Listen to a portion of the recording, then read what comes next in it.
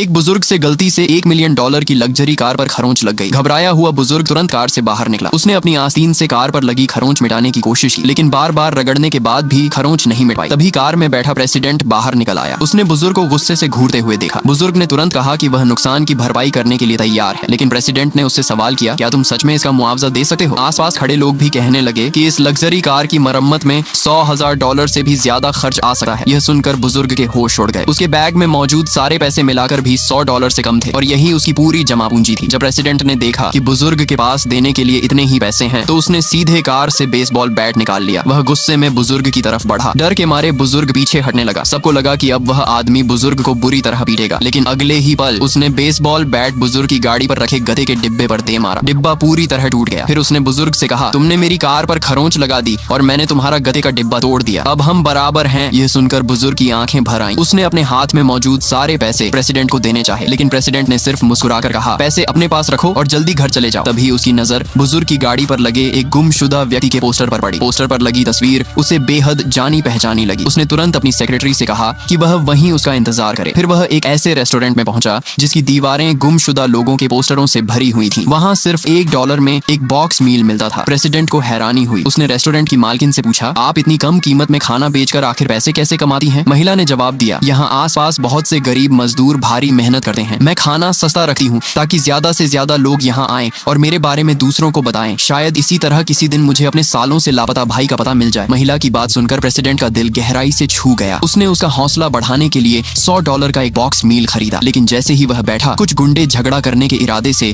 Restaurant में घुस आए। उन्होंने बिना किसी चेतावनी के रेस्टोरेंट की मेज ही पलट दी। आगे का पार्ट देखना है तो कमेंट में यस लिखो।